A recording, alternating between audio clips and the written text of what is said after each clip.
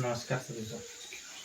हमने last class में हमने पढ़ा था, संधि की शुरुआत की थी हमने, जिसमें हमने स्वर संधि के विभिन्न भेद के बारे में बता दिया था और संधि के कुछ उदाहरण भी बताए थे हमने।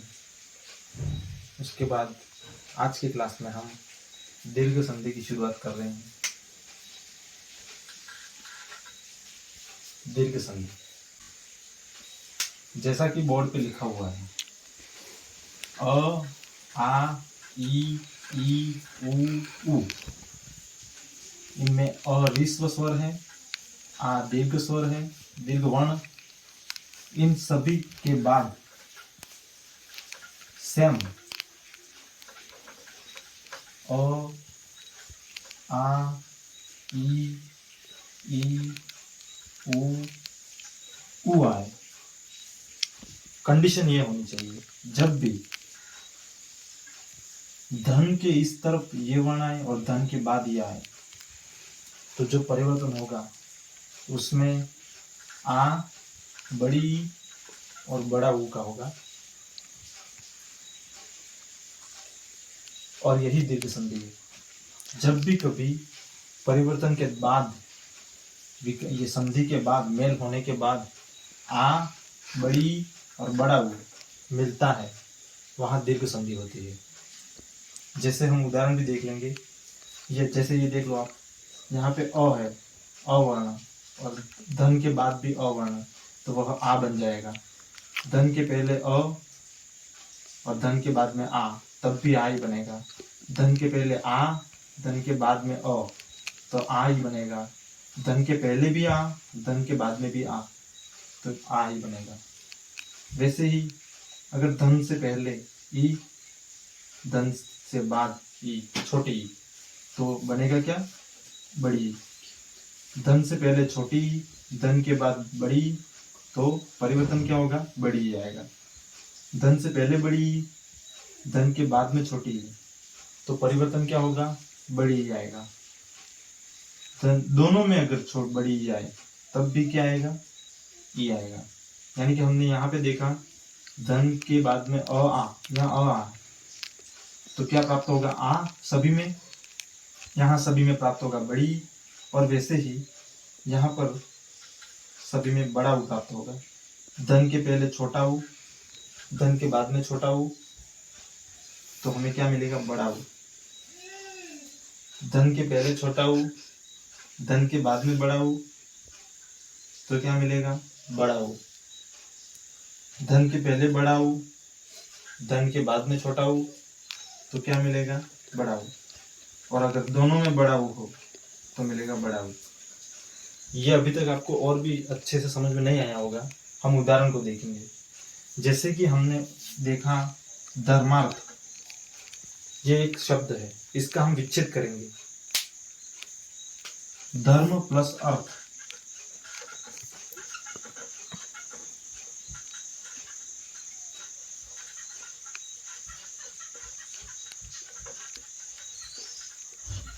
ये धर्मार्थ का ये विच्छेद हो गया। अब अगर इसके और भी टुकड़े करेंगे हम, तो हमें यहाँ पे मिलेगा आधा म, यहाँ पे अ आएगा। मैं और भी अच्छे से टुकड़े करता हूँ।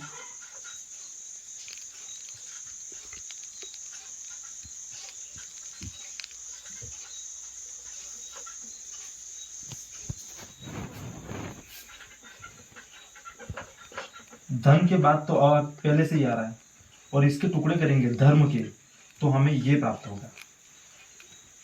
अब यहाँ पे कंडीशन वही आ गई जो हमने यहाँ पे लिखा है, अ प्लस अ,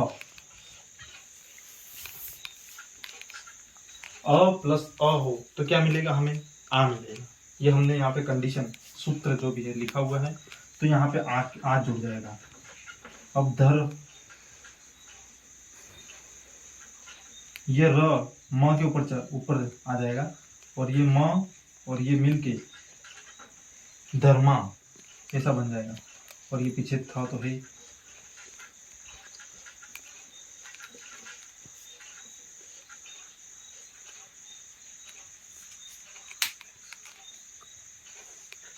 उसी प्रकार हम दूसरा उदाहरण देखेंगे।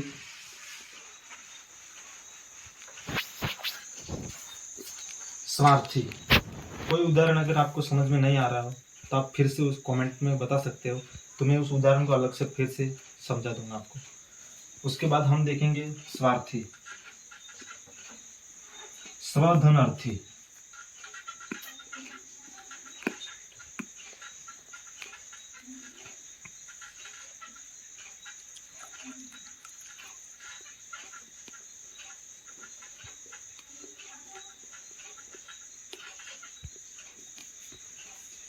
इसमें भी हमें मिल रहा है, इसके अगर और भी ज्यादा टुकड़े करेंगे तो हमें मिलेगा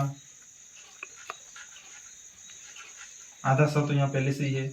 अब इस व और अ को अलग करेंगे तो व भी आधा हो जाएगा और इसमें अ निकाल देंगे। धन के बाद अ है ही,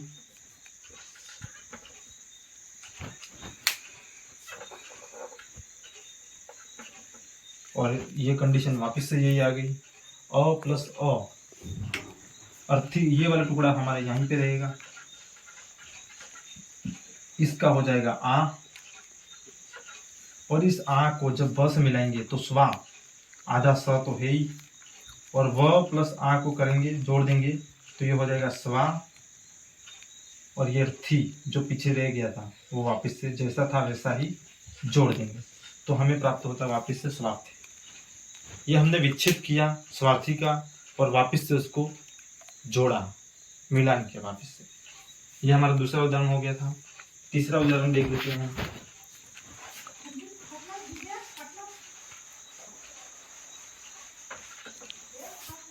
मतानुसार। हमारा तीसरा उदाहरण है मतानुसार।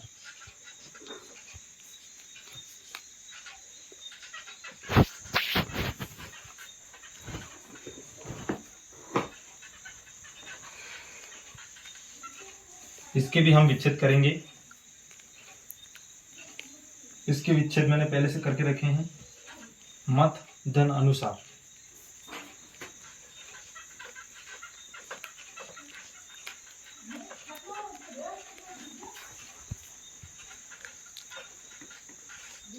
इसके और भी विच्छेद करेंगे हम तो त में से निकलेगा माँ, पूरा ही है यहाँ पे, आधा करेंगे इसको।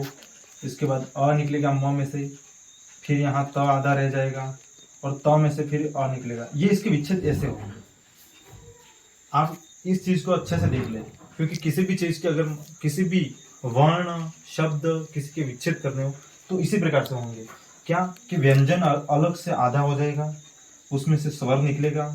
स्वर पूरा आ रहा है हमारे, स्वर कभी आधा नहीं होता है। व्यंजन आधा हो सकता है, फिर उसमें से स्वर निकल जाएगा पूरा। यहाँ भी वैसे ही होगा, व्यंजन त आधा हो गया और उसमें से जो स्वर निकला वो मत। इसके अगर विच्छेद करें, मत के विच्छेद करेंगे तो हमें ऐसे ऐसे मिलेगा। और ये हो गया फिर धन के बाद और, क्योंकि अ के और स्वर के और टुकड़े नहीं होते हैं, स्वर के कोई टुकड़ा नहीं होता है, स्वर जैसा है वैसा ही रहेगा। तो अ का कोई टुकड़ा नहीं होगा। अनुसार।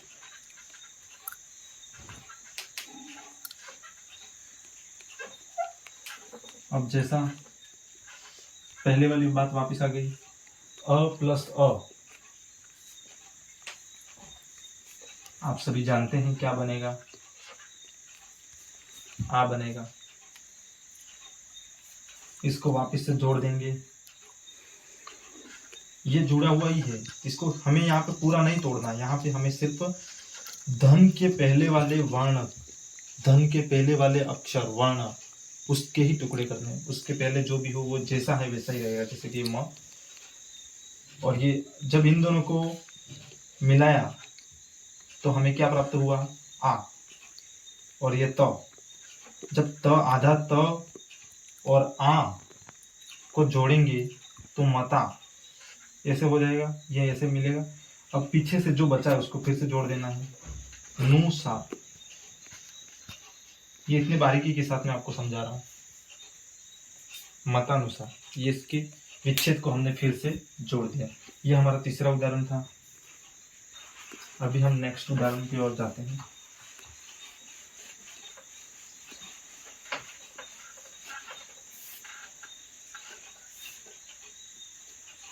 मैंने हर कंडीशन में जितने भी ये सब चीजें आ रही है सारी मैंने जोड़ के रखी है।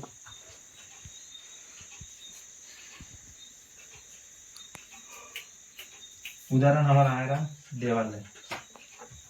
देवालय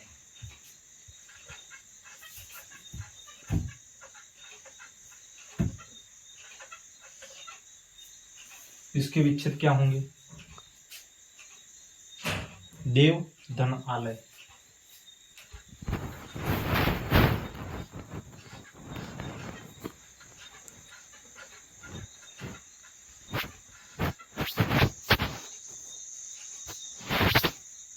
मैंने जिस इस उदाहरण में बताया था कि हमें सबका अलग से सबके टुकड़े नहीं करने हैं। धन के पूर्व में जो आ रहा है वो वर्ण और धन के बाद में जो आ रहा है उसके ही टुकड़े करने हैं। तो हम पूरे को टुकड़े नहीं करेंगे। देव का हम ऐसे ही रहने देंगे। इसमें से क्योंकि टुकड़े करने पड़ेंगे वह के अक्षर के, तो इसमें से निकलेगा और अ के कोई टुकड़ा अक्षर इसके टुकड़े नहीं होते स्वर के। बाद में हमें मिलेगा आ और ये पूरा का पूरा लिखेंगे हम। आप भी इसी प्रकार से टुकड़े करेंगे तो समझने में आसानी होगी। फिर ये कंडीशन वही अ प्लस आ बनेगा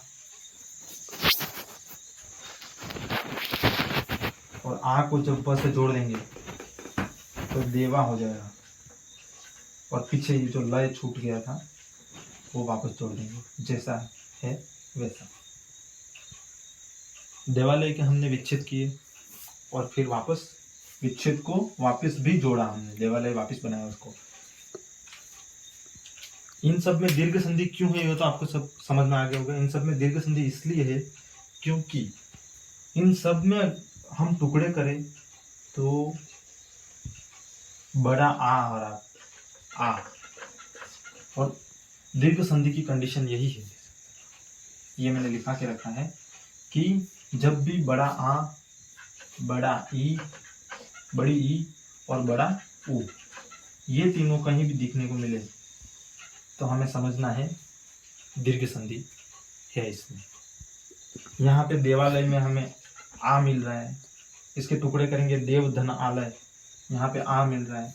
यहाँ भी देख लेते हैं हम धर्मार्थ, इसमें भी हमें धर्म धन अर्थ, पर यहाँ पे आ की मात्रा आ रही है। स्वार्थी में यहाँ आ की मात्रा आ रही है। मतानुसार मत धन अनुसार यहाँ पे आ की मात्रा आ रही है और देवालय आ की मात्रा आ रही है। इन सभी की वजह से आ बड़ी बड़ा इनकी वजह से यह दीर्घ संधि होती है। अगला उदाहरण देखेंगे।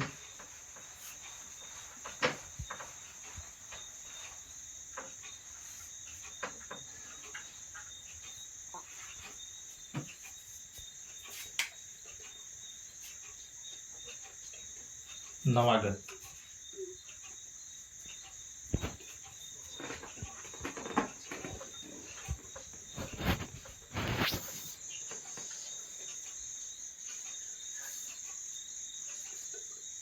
इसके हम विच्छेद करेंगे, हमें क्या मिलेगा? नव धन आगत। व के टुकड़े करेंगे तो हमें अ मिलेंगे, मैंने पहले बता दिया है यह, फिर भी ये टुकड़े और कर लेता हूँ मैं। व के टुकड़े करेंगे तो क्या? आधा व और अ। धन के बाद में क्या आएगा? यहाँ पे स्वर पहला अक्षर ही लेना है। जब अ और आ को मिलाएंगे तो क्या मिलेगा? आ, यहाँ पे ब को आ मिला देंगे, नवा गत। नवागत के हमने विच्छेद किया और पुनः उसको जोड़ दिया। यहाँ पे आ मिल रहा है, नवागत में वा आ रहा है, इसी वजह से यह दीर्घ संधि होगी। दूसरा उदाहरण है देवागमन।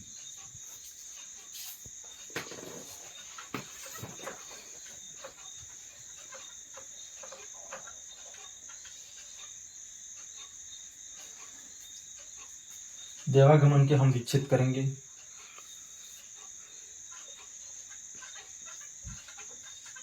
देव धन आगमन। किसी भी उदाहरण में, फिर से बता रहा हूं आपको, किसी भी उदाहरण में आपको अगर डाउट लगे, कुछ चीज समझ में ना आए, तो आप कमेंट जरूर करना। कमेंट करोगे, मैं कमेंट सारे पढ़ता हूँ, कमेंट करोगे तभी मुझे पता चलेगा कि समस्या क्या है, तो मैं सुधार, इसमें अगर समस्या पता चलेगी तभी मैं सुधार कर पाऊंगा। देवागमन, देव में से हम निकालेंगे और वह आधा रह जाएगा। आगमन का आ हम यहाँ पे ले लेंगे, गमन पीछे रह जाएगा। इन दोनों को जोड़ने पर हमें आ मिलेगा, देवा गमन। आप कंफ्यूज ना हो जाए, क्योंकि इसका ही टुकड़े कर रहा हूं मैं, देवागमन के ही टुकड़ा करके फिर उसी को वापस जोड़ के बता रहा हूं मैं। ये कंफ्यूजन वाला मामला नहीं हो जाएगा। और यहां पर भी वाह में हमें क्या मिल रहा है, आ, उसी वजह से यहाँ पे दीर्घ संधि हो जाएगी।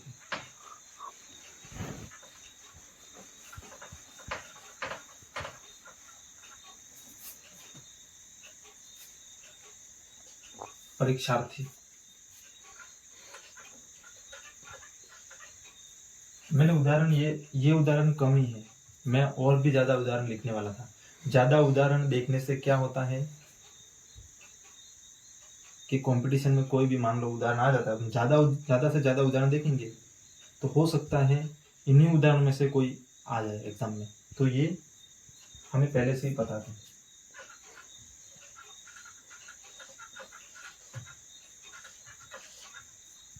परीक्षार्थी का हम विच्छेद करेंगे।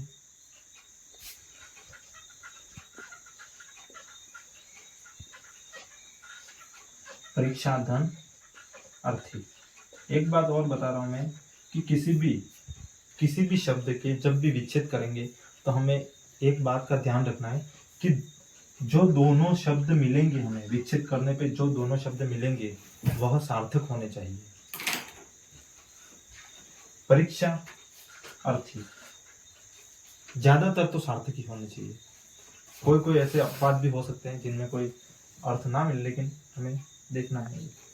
परीक्षार्थी, इसमें हम देखेंगे, इसमें आ मिलेगा हमें,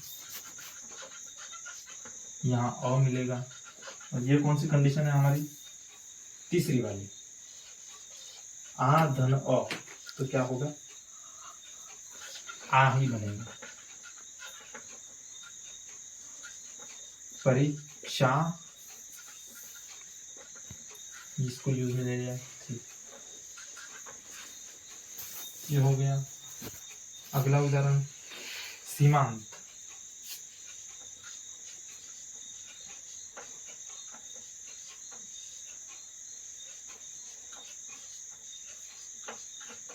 इसके विच्छेद होंगे सीमा धन अंत। सीमा, मां से हमें मिलेगा आ और अम से अ, इन दोनों को हम जोड़ेंगे तो मिलेगा आ,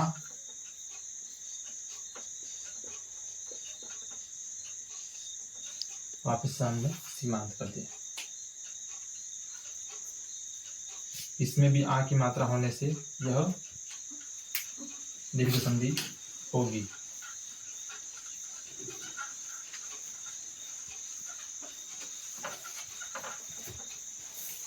आपको किसी विशेष विषय के बारे में जानकारी चाहिए तो भी आप बता सकते हैं, उसका भी वीडियो मैं अपलोड कर सकता हूँ। मैं कुछ जानकारी आपको बता सकता हूँ।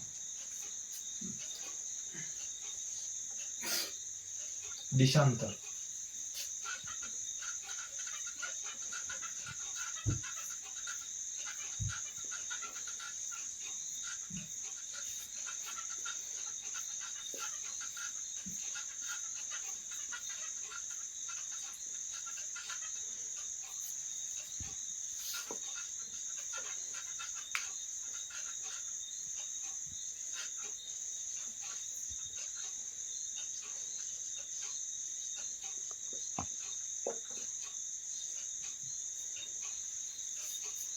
दिशांतर के हमने विच्छेद किए, दिशा धन अंतर, यहाँ से हमने निकाल दिया आ और ये अ,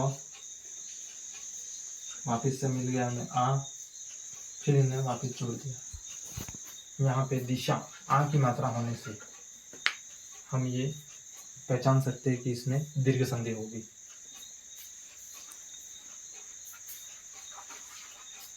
दो चार उदाहरण और हैं, मैं उदाहरण पूरे बता ही देता हूँ आपको।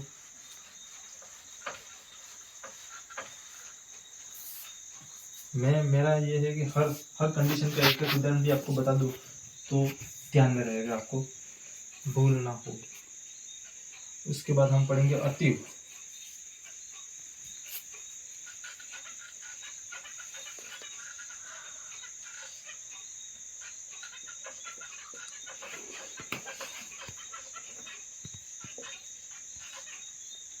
अतीव के विच्छेद अति धन एव इस प्रकार से होंगे, छोटी ई प्लस छोटी ई दोनों मिलकर बन जाएंगे। ये कंडीशन हमारी ये वाली आ गई। बड़ी हो जाएगा, जब यहाँ बड़ी हुई हो जाएगा तो त के बाद में ती की मात्रा जो छोटी थी वो बड़ी हो जाएगी। और यहाँ बड़ी की मात्रा होने की वजह से हमने आ वाले देख लिया उदाहरण सारे, अभी हम आ गए हैं बड़ी ई की तरफ। बड़ी ई की मात्रा होने की वजह से यहाँ पे दीर्घ संधि होगी। दीर्घ संधि की पहचान क्या है? जब भी कभी हमें किसी शब्द में आ बड़ी और बड़ा दिख जाए, देखने की स्थिति हो, तो वहां पर दीर्घ संधि होगी।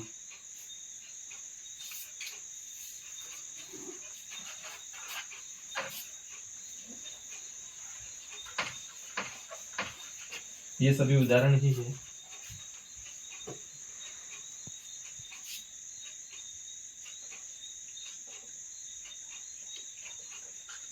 मुनीश्वर,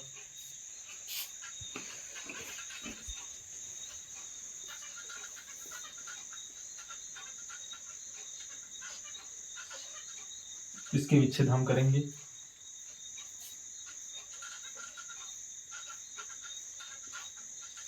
मुनि धन ईश्वर,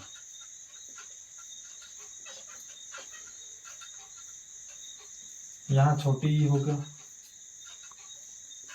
और धन के बाद में बड़ी, छोटी धन के बाद में बड़ी, तो हमें मिलेगा बड़ी।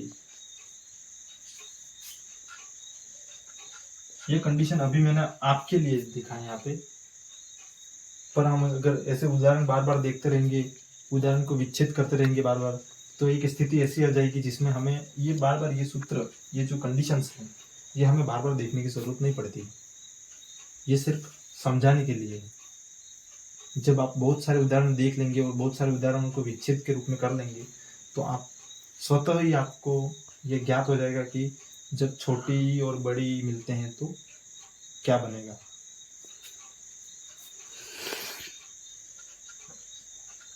यहाँ पे जोड़ दिया तो बड़ी आ जाएगी मुनीश्वर।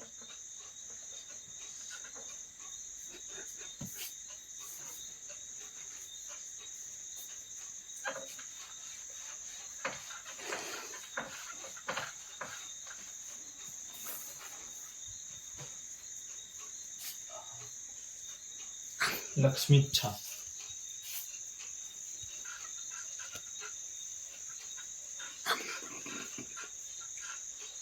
लक्ष्मीच्छा के विच्छेद करेंगे।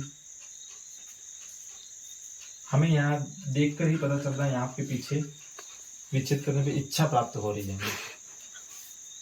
लक्ष्मी,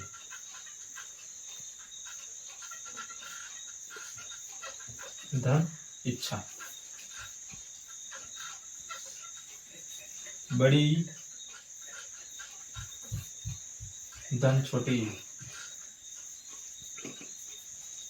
इन दोनों को जोड़ने पर हमें मिलेगा बड़ी की मात्रा। जब वापस से इन्हें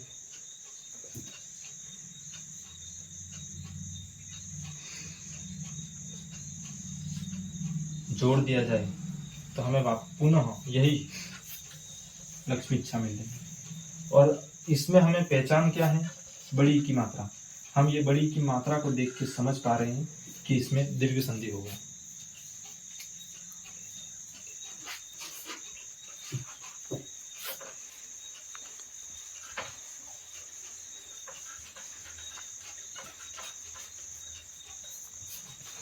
शायद आपको लगेगा कि बहुत सारे उदाहरण हो गए हैं, फिर भी अब 2 उदाहरण बच रहे हैं, हमें 3 उदाहरण बच रहे हैं, इनको करवा देता हूँ साथ ही। नारीश्वर हो गया, साथ में करवा देता हूँ इनको। नारीश्वर, पर ये उदाहरण जरूरी है, एक साथ में बताने से क्या होता है कि कंफ्यूजन क्रिएट नहीं होता है। जब हम इनको अलग अलग से देखेंगे तो दीर्घ संधि कंफ्यूजन में हो जाएगी फिर कि बड़ी कब मिलेगा, बड़ी कब मिलेगी, बड़ा कब मिलेगा, सब इनको अलग अलग वीडियो में पढ़ेंगे या फिर अलग अलग टाइम पे पढ़ेंगे तो ये कंफ्यूज हो सकते हैं हम। इसलिए साथ में एक एक उदाहरण में ही बता रहा हूँ, मैं ज़्यादा उदाहरण नहीं खींच रहा हूँ। तो हम देखेंगे अभी नारीश्वर। नारीश्वर में भी हमें स्वतः पता चल रहा है, नारी धन ईश्वर, बड़ी धन बड़ी, हमें मिलेगा बड़ी। इनको वापस से जोड़ देंगे, नारीश्वर। यहाँ बड़ी की मात्रा होने से दीर्घ संधि की पहचान हो रही है। भानुदय,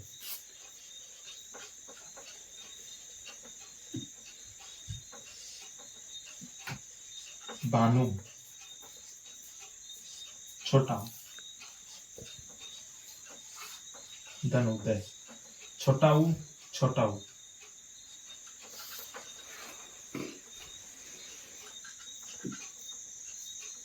इन दोनों से जुड़कर बड़ा ऊ बनेगा और फिर हमें क्या प्राप्त होगा, भानुदय। यहाँ बड़ा ऊ की मात्रा से हमें ये पहचान हो रही है कि इसमें दीर्घ संधि होगी।